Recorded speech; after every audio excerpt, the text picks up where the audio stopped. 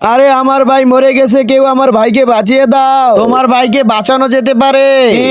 এই বইতে একটা মন্ত্র আছে যেটা বললে তোমার ভাই বেঁচে উঠবে, কিন্তু এটা শুধু বেদরই পড়তে পারবে যে এই দরজার পিছনে বন্দি আছে। চলো তাহলে যাই। এই বদমাস রাক্ষস এই বেদরকে ছেড়ে দে, না আজকে আমি তার চোখ খাবো।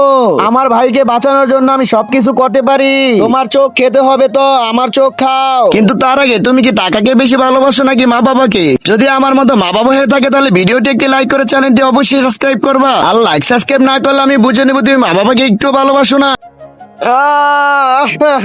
ভাই, আমাকে রাক্ষসের হাত থেকে কে বাঁচিয়েছে? ও বাঁচিয়েছে তার চোখ দিয়ে, ও আমার জন্য চোখ দিয়েছে, তাহলে আমার চোখও রাখবো না। আহা, আরে তোমার চোখ কেন নষ্ট করলে? আমি কখনো কারো ঋণ রাখি না।